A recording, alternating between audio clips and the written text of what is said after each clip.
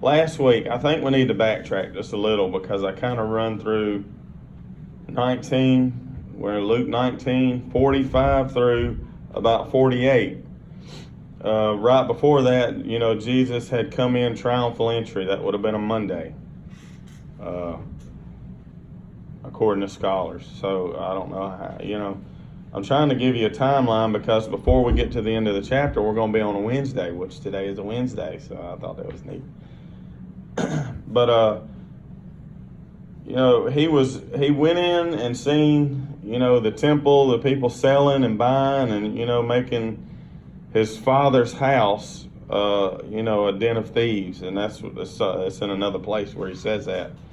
But keeping that in mind, that he's went down into Jerusalem, looked around, and then went back to Lazarus, Mary, and Martha's house, and spent the night, and the next day he comes back. And all this is in different books. So, he's come back to the temple. We're going to start in 1945, all right? And he went into the temple and began to cast out them that sold therein and them that bought, saying unto them, It is written, My house is the house of prayer, but ye have made it a den of thieves. If you find this in another book, if you really pay attention to how it's in order, Jesus kind of starts his ministry by going in and cleansing the temple. He runs everybody off and runs off all these money changers and all these people, selling all this sacrificial, animals. So what would happen is, and there's, Josephus is a great historian. He wrote a bunch of books. They said that 250,000 lambs would be slaughtered on this day. So, and a lamb would cover 10 people. So, if you do the math, what's 10 times 250,000? That's a few million people that are here. You know what I mean? So there's a million at least people in Jerusalem at this place where they're doing this at the temple. And it's, it's 33 acre square courtyard. And the further in you go, the more holy you have to be. And just keep that in mind. But the reason Jesus got mad is because they made it a den of thieves. And the reason that they made it a den of thieves is because we talked about it last week, but I don't know how many people are here that wasn't here last week. So what they would do, you'd have pilgrims from all around to come to sacrifice on this day and worship God. Well, they would either bring their own sacrificial animal. It could be one of 2 or 3 animals. And they would get there, and then, the high priest and all the scribes and the Pharisees would look it over. And if it had a runny nose, or if it had a spot behind its tail, or, they'd really scrutinize it bad. And they say, well, you can't use your lamb. We'll take your lamb, and you're going to have to buy one of our lambs. And if you were from far away, your money didn't match their money. You had to have a temple shekel. So if you had like a denarii or something, you'd have to go and trade your money for their money. And then the money changers, what they would do is say, our shekels are worth more than your money, so you're going to have to give me more money. You know what I mean? They're getting them coming and going. So they're, ripping folks off. And what was bad about it is even, the traded in animals. What they would do is clean them up and put them at the back of the line, and they would sell that animal to the people, and nobody would be the wiser. So, there was a den of thieves, and Jesus knew what was going on, and, it upset him. And then before this, in one of the other books, it says, he went in, and it's one of the shortest, verses in the whole Bible. Jesus wept. This is what he's weeping over. They rejected him. They've done all this stuff. It's, he come for them. So, okay, so here's why I backed up. Verse 47, and he taught daily in the temple, but the chief priests and the scribes and the chief of the people, the chief priests and the scribes and the chief of the people sought to destroy him. 48, and he could not find what they might do, and they and could not find what they might do, for all the people were very attentive to hear him. And this word attentive, if you went back into the Greek and listened to this word attentive to hear him, it means that they were hanging on every word. They were like, if you've ever been around anybody that's older than you are, and they used to tell these old war stories when you were a kid, and you'd be like, your mouth would be hanging open, and you're like, what happened? That's the way everybody was to him. So I wanted to recap, and, that way when we go into 20, you would know where this is all going on at. So we're going to start up in 20. And in my little footnote says Jesus' authority question. And it's up here if you want to. And it came to pass that on one of those days, talking about one of the days that he was in the temple, as he taught the people in the temple, and preached the gospel. If you write in your books the gospel, you can underline it, but you need to remember that he's preaching the gospel, because there's a question asked later on that kind of just don't make no sense, but it's because he's also teaching the gospel. Okay, picking back up. The chief priest and the scribes came upon him with the elders. Verse 2, and he spake unto him, saying, tell us by what authority does thou these things? Or who is he that gave thee this authority? Now they come to him and says, who gave you permission to do this? Or what authority do you have to do this? And this is a loaded question, because if he says it's of God, they can get him for blasphemy, and if he says, it's on my own authority, they could get him and lock him up, because nobody told him that he could do it. 3, and he answered and said unto them, I will also ask you one thing, and answer me. So he answers their question with a question, pretty much, and I do that a lot, and it makes Elizabeth very mad. That's when you're trying to dodge the answer, because you hung either which way. So Jesus does this. He asks them a question answers a question with a question. And he answered and he said unto them, 4, the baptism of John, was it from heaven or was it from men? 5, and they reasoned among themselves, or with themselves, saying, if we shall say from heaven, he will say, why then believe ye him not? And if we say of men, all the people will stone us, for they be persuaded that John was a prophet. Okay, do you see what's happening? He asked them a loaded question, and it gives you the reasons right here. If the Pharisees answer back and say, if John was of God, it was like, why didn't you believe in him?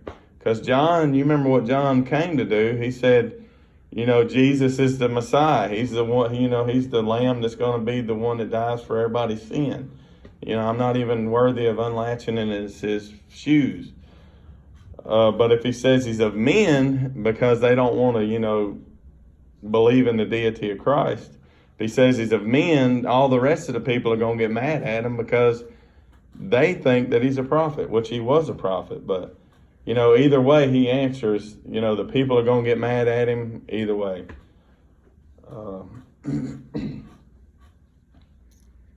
So, Jesus, answered with a question, and then the question was a loaded question, just like the question they asked him. 7, and they answered that they could not tell whence it was. They just answered and said, we don't know where he was from. And this gets them to thinking, because if John the Baptist was who he says he was, that means that Jesus is who he says he is. And Jesus said unto them, neither tell I you by what authority I do these things. So he goes, you ain't going to answer my loaded question. I'm not answering your loaded question. He kind of answered the question with the question, though. And they probably understood it at the time, what was going on there. The next part, it's kind of shifting gears a little bit. It says the Lord of the vineyard. Then began he to speak to the people this parable. A certain man planted a vineyard and let forth to husbandmen, and went into a far country for a long time. So this man bought a vineyard, or however you want to say it. A vineyard is a place that's on a hill. They would terrace out the hill and plant grapes all up and down the hills. You know what a grape farm looks like. In the Old Testament, and I wanted to remember where it was at, and I wrote it down wrong, and it don't line up. I was going to read it to you, but in the Old Testament somewhere, it talks about Jerusalem being a vineyard, and their higher ups being the people of the vineyard and taking care of it. So when he talks about this parable, they're automatically going to go back and say, this is about us. This is what God told us about the vineyard. It was us that was in charge of it. So when he starts talking about this vineyard, they're going to automatically, know what he's talking about.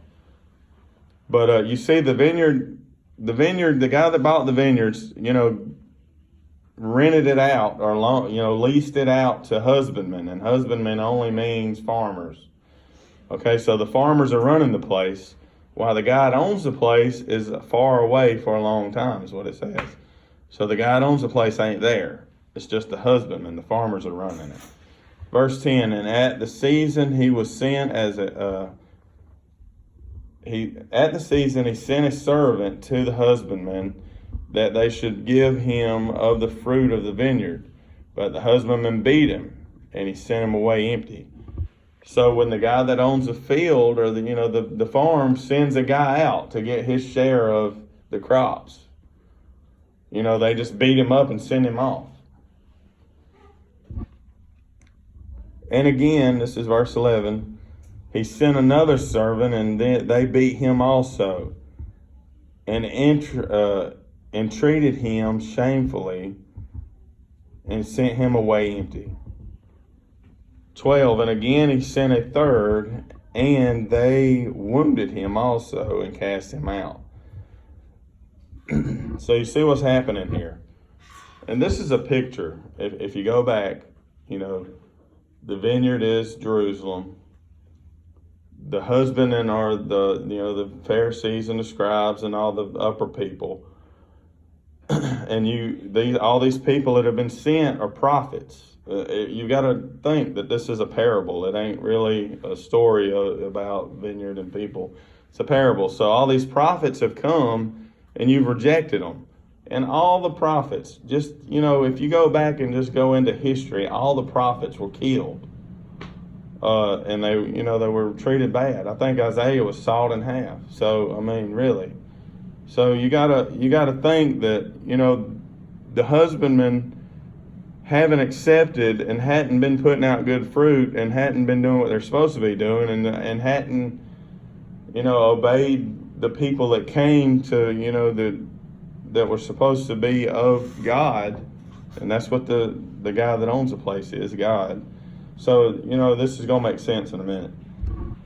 13, then said the Lord of the vineyard, what shall I do? I will send my beloved son.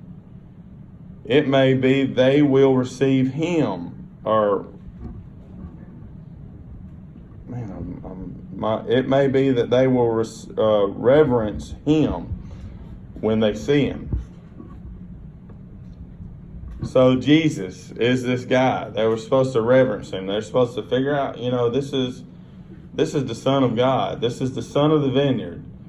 When you see this guy, he's the owner's son. You're supposed to say, hey, okay, we'll give you our part, or we'll do what we're supposed to be doing. But when the husbandmen saw him, they reasoned among themselves, saying, this is the heir. Come, let us kill him, that the inheritance may be ours. So when they seen him, they automatically thought that the owner was probably dead. That's why he was coming there, and says, you know what? He's the one that's going to inherit this, so we're going to kill him and just take it. 15, so they cast him out of the vineyard and killed him. What therefore shall the Lord of the vineyard do unto them? That was a question. 16, he shall come and destroy those husbandmen and shall give the vineyard to others. And when they heard it, they said, forbid, God forbid. So they understood completely what this meant. That, they thought that heaven was only set up for them. That, if you were a Jew, it was for you, and everybody else was just firewood for hell. And that's what they thought we were. Gentiles were firewood for hell. That's what kept hell hot. That's how they think of it. So when they see this, that it shall be given to others, this kind of lit a fire in them, and that's why they said, forbid, God forbid. They're thinking that heaven ain't built for other people. It's not. It's for them. 17, he beheld them and said, what is this then that is written? The stone which the builders rejected, the same is become the head of the corner. Whosoever shall fall upon that stone shall be broken, but on whomsoever it shall fall, it will grind him to powder. So if you go back, Psalms 118, 118, it talks about, a cornerstone. And if you've read any of the New Testament, you'll hear that Jesus was a cornerstone. And what's so special about a cornerstone is when you're building a building back then, the cornerstone would be a really big rock, and it had to be very precise. When you laid it down, if it wasn't cut right, when you started building off of it, when the building got done, it wouldn't be square. So it had to be really precise and true. And, to us, Jesus is the cornerstone, but to other, it goes, I can't remember where it is. It's in the New Testament. It said it's a stone of stumbling or a stone of offense. And when you don't, the people, it's saying right here, the people that don't accept him, if you want to just read over it again,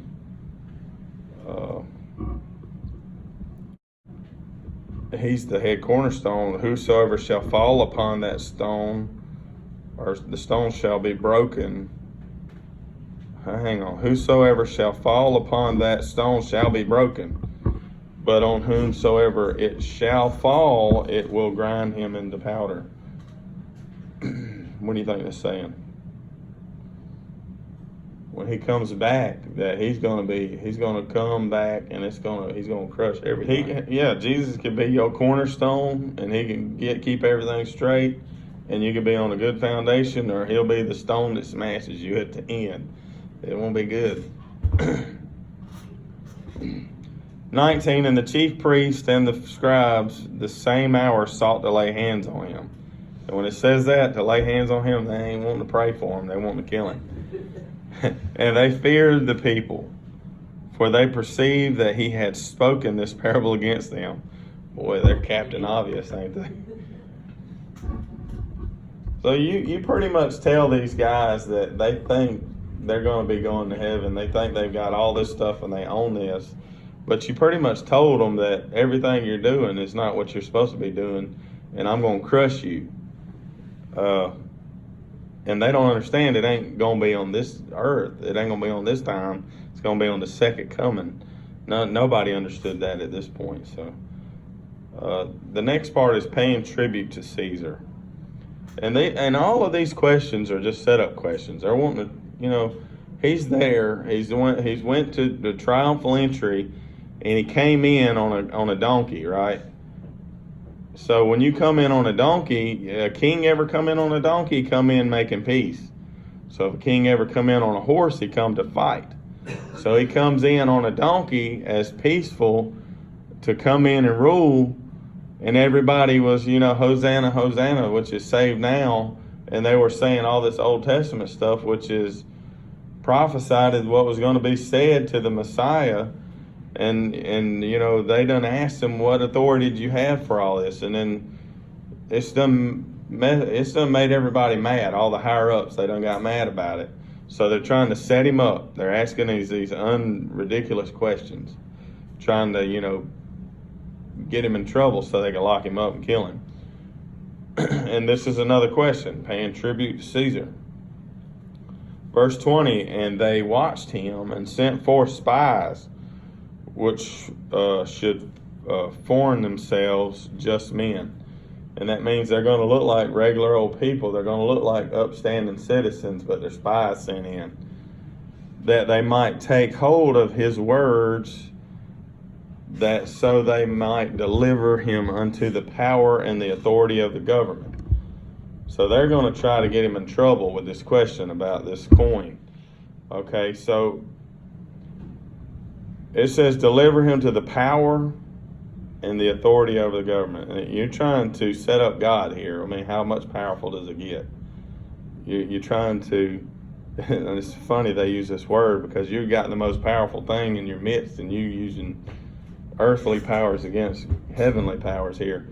But the reason that this is brought up is Rome has took the authority from the Jews to stone people, to kill people, and to use any kind of capital punishment. It's Rome that has to, do the capital punishment.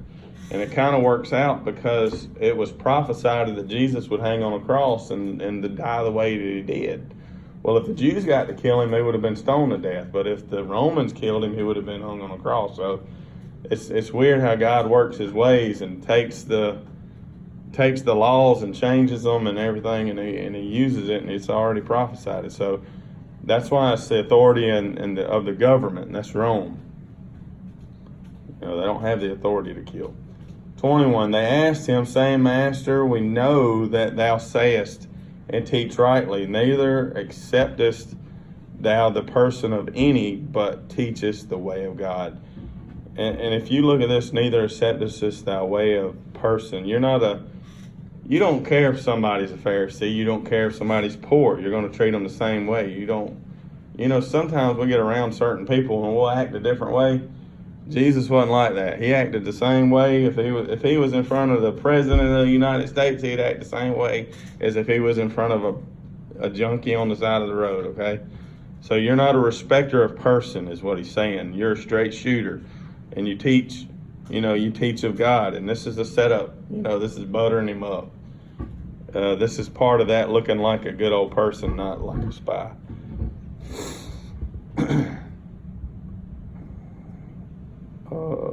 And you teach us the way of God truly. 22. Is it lawful for us to give tribute unto Caesar or no? And this is concerning, tribute to Caesar. They was talking about tax here. Is it lawful for us to pay taxes or no? Because we're giving our money that we work for. We're supposed to give 10% to God, but we're giving, more than that to Caesar. Is what kind of the idea of this question. Because it's one thing to be taxed, because taxes makes things work. Our taxes goes to roads, it goes to schools, it goes just like it was then. Their taxes, they were some of the first people that built roads. The Pax Romana was one of the main roads that was built that went through, it was like an interstate. It went through a bunch of different places. They built aqueducts, had running water. I mean, they used that tax money to build stuff, but they were like overkill with the taxes. They taxed you just to breathe. So he's saying, is it lawful for us to pay this taxes?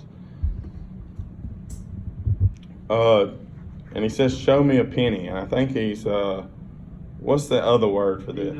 A denarius. A denarius.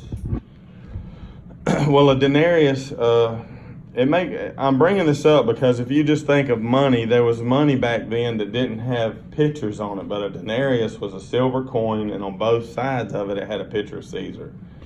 So that's why he asked for this. Show me a denarius. Whose image or superscription hath it? He's saying whose picture's on it.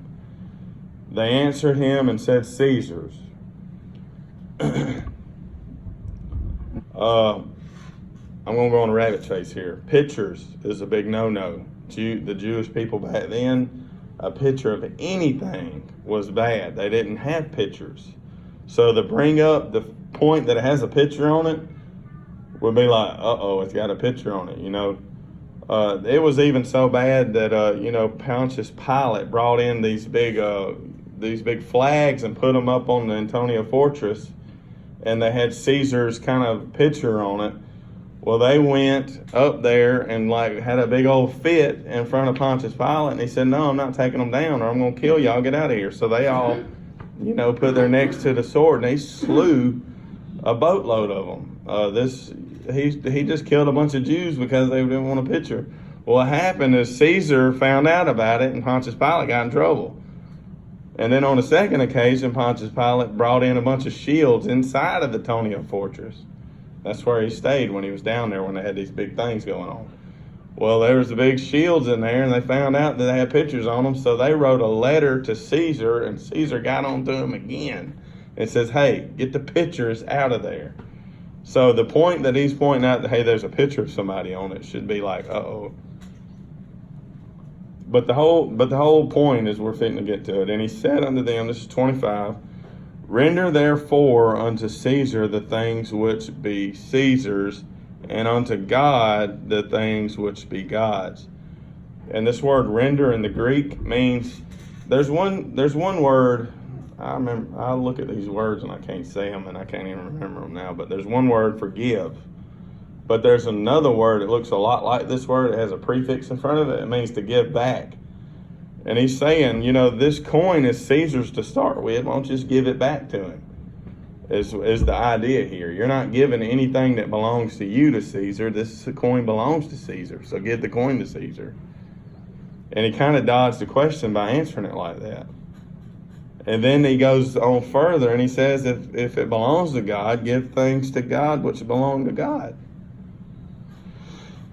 26, "And they could not take hold of his words before the people, and they marveled at his answer, and he held their peace." So if he would have said, "No, you don't need to be wasting your money giving money to Caesar," this would have been grounds for going to Caesar, and you got to remember this is a big time of year for them. So there's like police everywhere, and I use that word as you know what police are. So you got Roman soldiers everywhere. They would have went to a Roman soldier and said, "Hey, you know what? That guy right there is telling us we don't need to pay taxes." Well, the soldiers would have went and got him.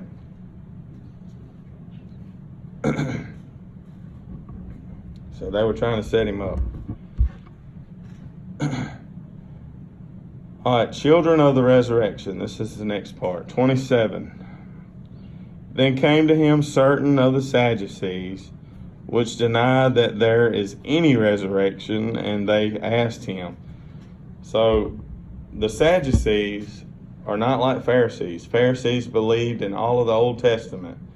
They believed in all of it. They believe in the heavenly bodies. They believe in the spirits. They believe in angels. They believe in a resurrection. The Sadducees, it says they didn't believe in resurrection. They don't believe in angels. They don't believe in anything that they cannot see. They're like liberals, okay? So that's why they're Sadducees. They don't believe in that resurrection that we believe in. You get that? Sadducee. I used that the other day. That's funny. So they're asking him. They're going to ask him this question, okay? And you got to remember the gospel. He preached the gospel. You remember I told you the underlying gospel when we first started? Well, the gospel is a resurrection. He's preaching a resurrection. So this is why he comes to him, and they don't believe in resurrection, so they're going to try to make the idea of a resurrection look foolish. Like, there ain't no such thing as a resurrection. This is why we go on this rabbit chase of what we're fixing to go into. 28, "Say, Master, Moses wrote unto us, if any man's brother die having a wife, and he die without children, that his brother should take his wife and raise up seed unto his brother." You understand what that's saying? If a woman marries a man and the man dies before they have kids, she's supposed to hook up with the brother so they can have kids. Well, this is it's actually a law. It's the law of Levirate. I think that's what it's called, law of Levirate. Levirate? You got to find the nearest relative, I think. Well, the law of Levirate, this is what it is. The law of Levirate says if you've been given land and it's inherited through your family, it would be not good for that land not to be inherited through family. You don't just let land just get off to anybody. So that's why they started this law of Levirate. If you ain't had no kids, you need to get with a brother and have a kid so your land will go to a kid. It could stay in the family. Stuff could get passed down through generations. And it was the law of Levirate. So this is what Moses wrote. Okay, 29, there were therefore 7 brethren. So the guy had 7 brothers, and the first took a wife and died without children. And the second took her to wife, and he died childless. And the third, by this time, you're sitting in a nowadays, you'd be sitting in a room somewhere having a lie detector test, because you just ain't going to go through men like this, okay? You'd be like, suspect number 1. So the third took her, and in like manner, the 7 also. He's saying she went through 7 dudes, and they all died, and none of them had any kids. And in like manner, and they left no children and died. 32, last of all, the woman died also. Therefore, in the resurrection, and it was taught to all of them, the resurrection. Whose wife of them is she? For 7 had her to wife. And this is a question we all ask. Are we going to know our wife and when we get to heaven? Or is it, are you going to know your husband when you get to heaven? You're going to know them. But you don't have, there's no need to be married. If you think about it, the only reason that, it was one of God's things or laws that we get married is for our offspring to have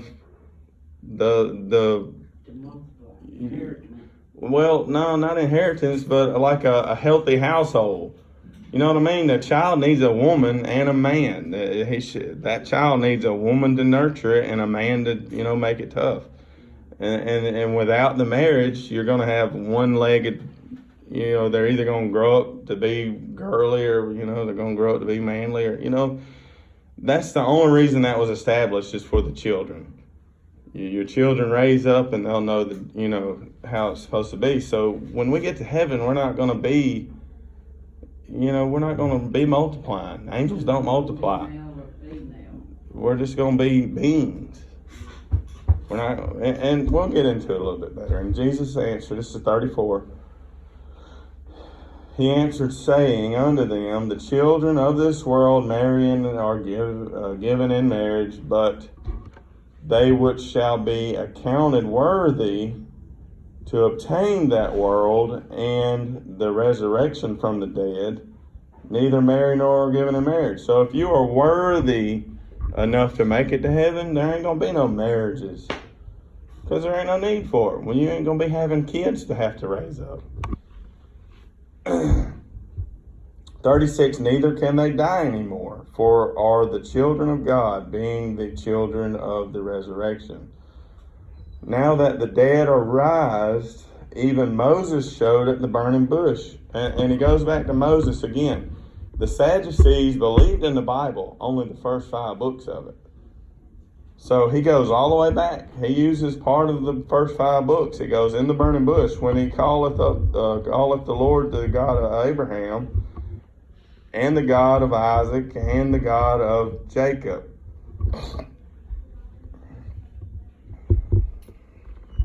For he is not a God of the dead, but the God of living, and all live unto him. So look how it's worded. He says, now that the dead are risen, even Moses showed at the burning bush, which he calleth the Lord, the God of Abraham. Not he was the God of Abraham, he is the God of Abraham, and the God of Isaac, and the God of Jacob. He didn't say, I was the God of Jacob. He says, I am. You know what I mean? The word tense don't mean that he's dead. It insinuates that he's still living. For he is not the God of the dead, but the God of the living. For all live unto him. So he uses the scriptures that they believe in to prove that, those people that are dead, they're not dead. 39, then certain of the scribes answering said, Master, thou hast well said. And after that, they durst not ask him any questions at all. I'd imagine not. They put him in, Jesus put them in their place. So this is the one that kind of stumps me. And I've studied it a lot, so we're going to get into it. It says, David's son and Lord. We're going to start at verse 31. And he said unto them, How say they that Christ is David's son? And this is Jesus talking to the Pharisees. And David himself said in this book of Psalms, The Lord said unto my Lord, Sit thou on my right hand. And he said, you see this Lord and Lord, it's two capitals. I think this is speaking of the Father and the Son. Mm-hmm. You know what I mean? He's got two capital L's, and how does the Lord speak to himself? He says, the Lord said unto my Lord. And anytime you see Lord in the Bible and it's capital, he's talking about God. Any other time it's going to be lowercase. If you see it talking about like a person, it's not going to be capitalized. It's going to be lowercase. You got to look there too, that, where it says Lord said unto the Lord, you got the Lord of heaven, then you got Jesus was on earth, and they called him Lord when he was on earth. It was capitalized too. Yeah.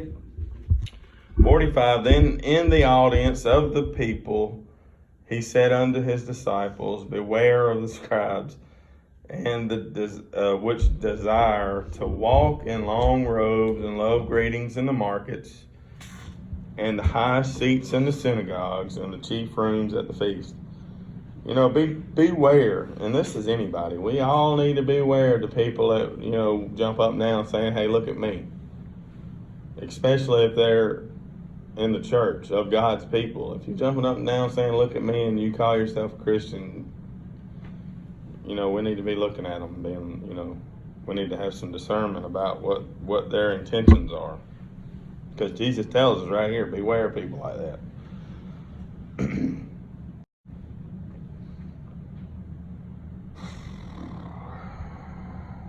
Beware of the scribes. Did I already read all that? Yeah. And the high seats in the synagogues and the chief rooms at the feast. 47, which devour widows' houses, and for a shrew make long prayers, the same shall receive greater damnation. So have you seen, and I ain't never seen it personally, but I've heard stories about it, and you kind of see it. You don't see it as much as you used to, but on TV they used to really, really get at people and make phone calls and say, if you'll take out a loan and send this money, our church is dying. It's all this craziness and wanting your money and taking advantage of people.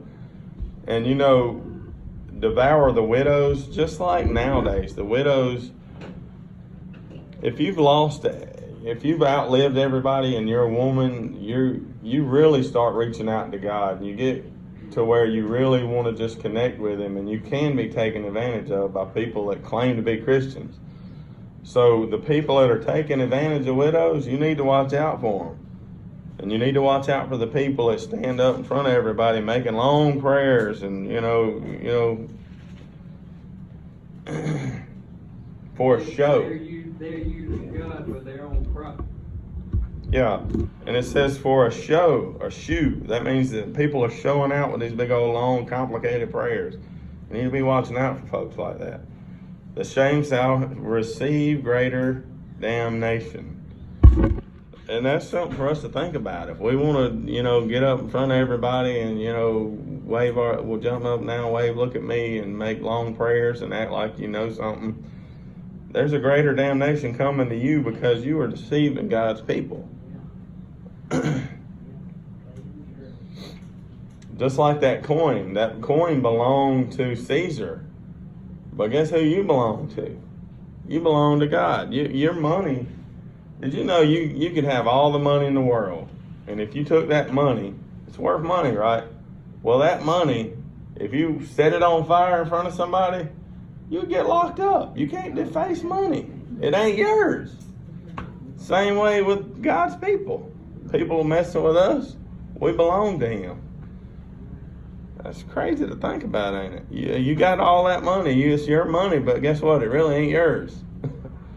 About like your driver's It's about like your land. Don't pay your land taxes for a few years and see what happens to it. You bought it fair and square, but you don't pay the taxes on it. It ain't gonna be yours. And if you want to build something on it, you got to go ask somebody. Right.